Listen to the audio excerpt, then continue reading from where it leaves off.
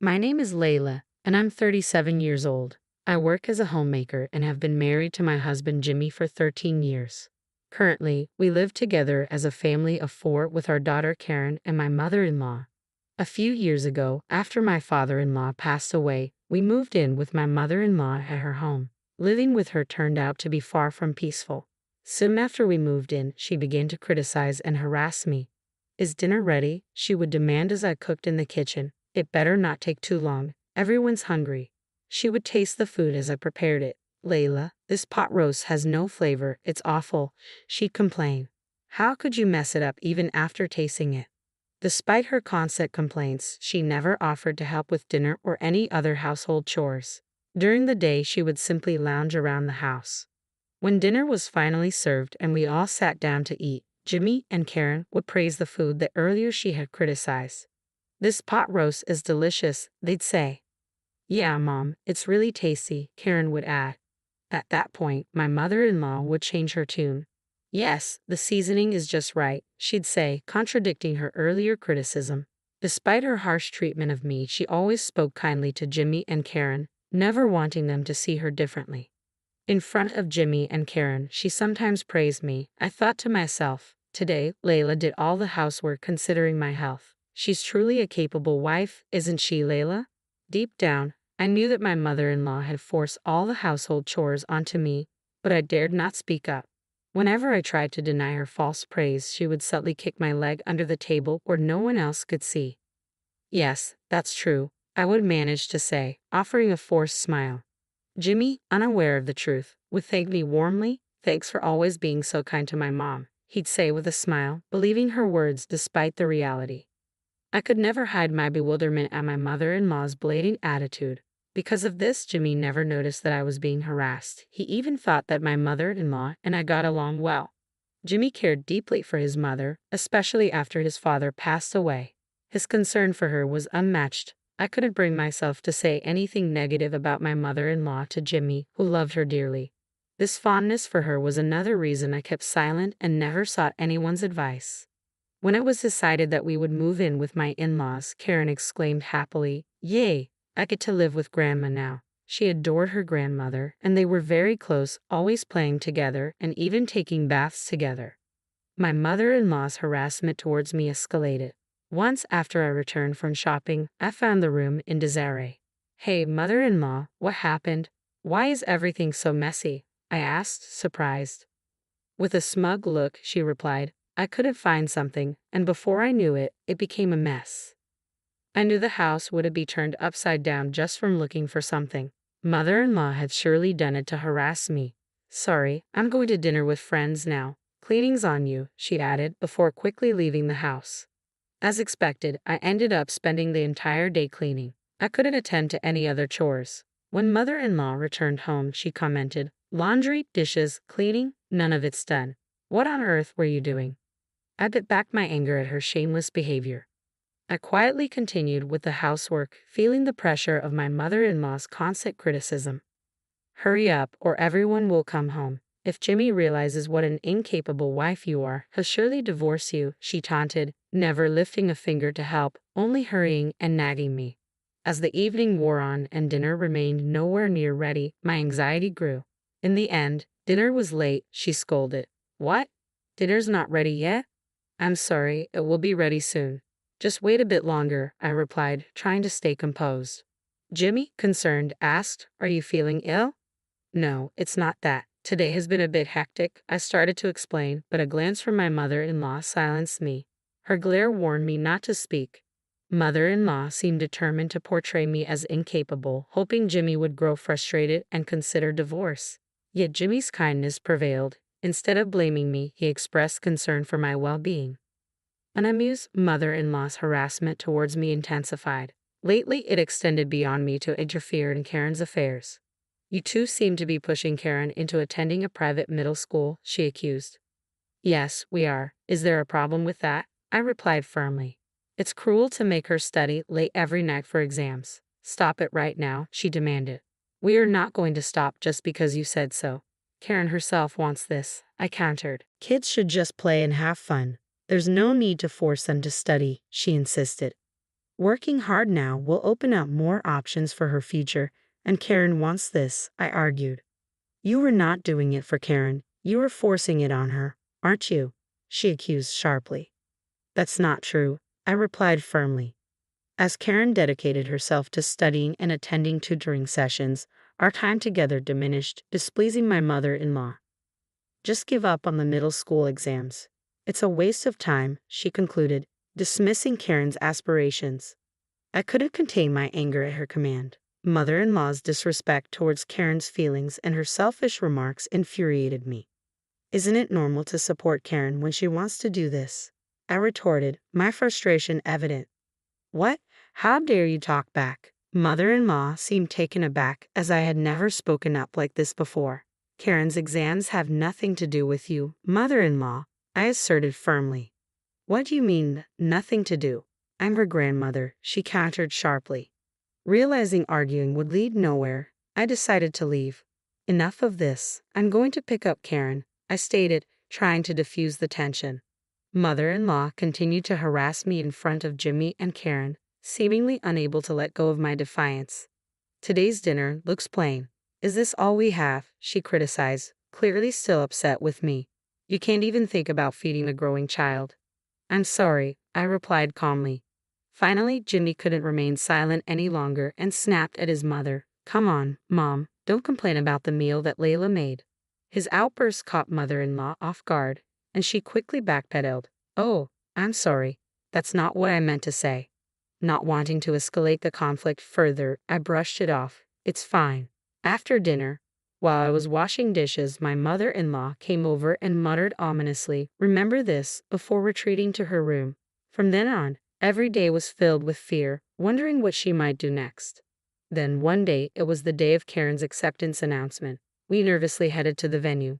When we checked the bulletin board, Karen's number was clearly displayed there. You did it, Karen. Awesome, you got accepted, we exclaimed, overjoyed. Karen had been studying tirelessly for months, and her efforts had paid off with her passing the middle school exams. We have to celebrate today, I declared. Karen, what would you like to eat? Steak, it's my absolute favorite, Karen replied excitedly. Should we order delivery? Jimmy suggested. Hooray, Karen cheered. On my way home, I called the steakhouse and ordered a luxurious steak for delivery. We also decided to buy a cake, so I made a small detour to ask my mother-in-law to receive the steak delivery at the house. When I called her, she replied, "Understood, I'll take care of it." Due to various detours and delays, we didn't get home until well past lunchtime. I'm starving. I want to eat the steak now, Karen exclaimed eagerly as we arrived home. You're right, we're late. The steak should be here, so let's eat plenty, okay? I reassured her. As we entered the house, we ran into my mother-in-law's friends leaving, who all thanked us for the feast in unison before departing. I felt a sinking feeling in my stomach and hurried inside. The dining table was in disarray, the remnants of the steak delivery strewn about. Mother-in-law, did you eat the steak? I asked, trying to keep my composure. If it's the delivery steak, I enjoyed it with my friends at a luncheon. You'll pay for it later, she replied nonchalantly. What are you doing? I exclaimed, unable to hide my frustration. You were probably planning to order delivery and slack off from housework. I won't allow that, she retorted defiantly. This was supposed to celebrate Karen's success. I reminded her sharply. I had informed mother-in-law beforehand that today was the day Karen's acceptance to middle school would be announced, but she seemed to have forgotten or ignored my words. Karen and Jimmy arrived shortly after. Karen had overheard our conversation in the corridor and was in tears. Rayma saw me, Karen sobbed, her excitement turning to disappointment. Karen had been eager to share her success with her grandmother, but it seemed mother-in-law hadn't even remembered it was the day of Karen's announcement. I thought it was understandable for Karen to cry. Mom, today was Karen's middle school acceptance announcement. How could you forget such an important day?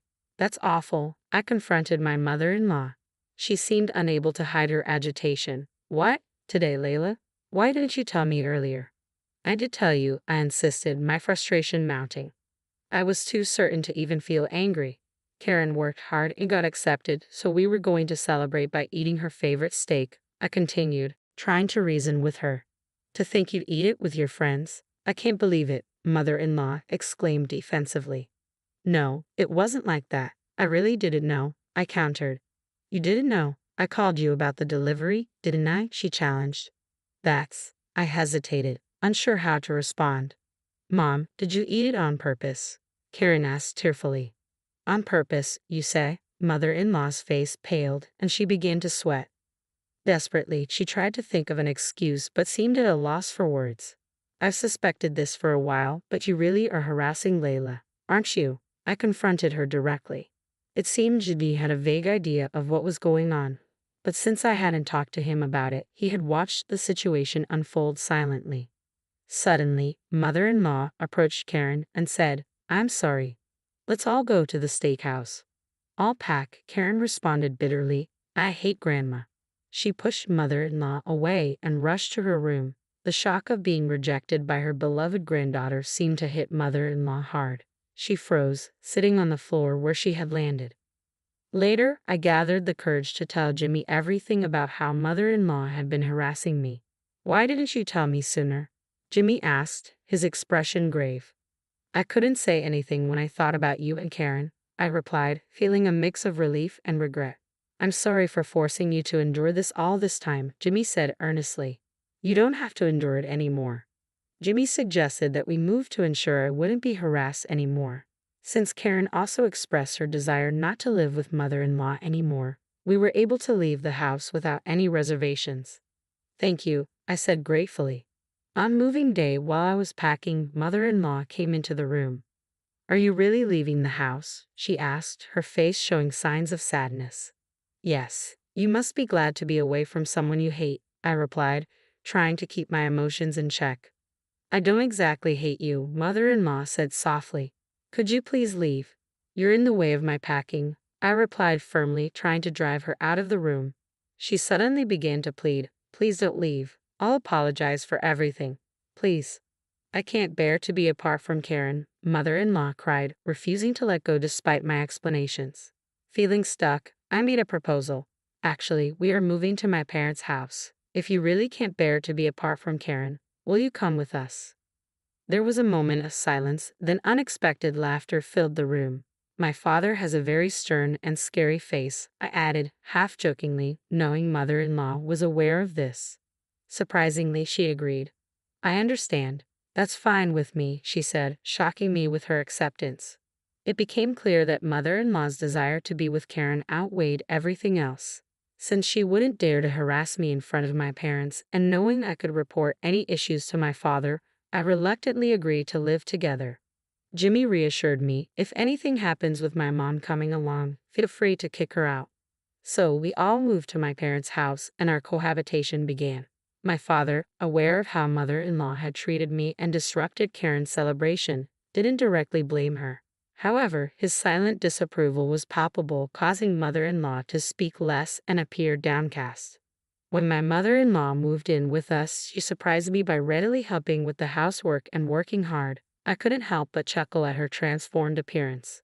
Life went on without incident for a while, but eventually, mother-in-law reached her breaking point and yelled, I'm sick of this house. My father is intimidating and Karen can't get through to him. Jimmy's attitude toward mother-in-law had grown colder as he struggled to endure various tensions. Karen, let's go home together. Mother-in-law tried to forcefully pull a resistant Karen out of the house. Mother-in-law, stop it. Can't you see Karen doesn't want to go? I intervened. It's better to be with me than in this house, mother-in-law insisted. Just then, my father arrived. What are you doing? Knock it off, he demanded. Frightened by my father's stern tone, mother-in-law froze in fear. I allowed you to live with us because you said you didn't want to be apart from your granddaughter. But if you try to take Karen against her will, I'll call the police for kidnapping, my father warned. I didn't mean it that way, mother-in-law muttered, visibly shaken. Hearing my father's outburst, Jimmy rushed over. Mom, what are you doing? Just leave us. We can't deal with you anymore. I'm cutting ties completely. No, no way, mother-in-law protested. Karen shook off mother-in-law's hand and screamed, Get out. Even mother-in-law seemed shocked by Karen's outburst, dropping her shoulders and leaving the house in tears. Now, she lives a lonely life back at her own house. Afterward, mother-in-law became reclusive and even neighbors and friends began to keep their distance. On the other hand, our family lives peacefully every day. Karen studies diligently at her private school, and Jimmy has grown close to my parents, especially my father, with whom he enjoys daily drinks. Reflecting on everything, I wish I had spoken to Jimmy earlier and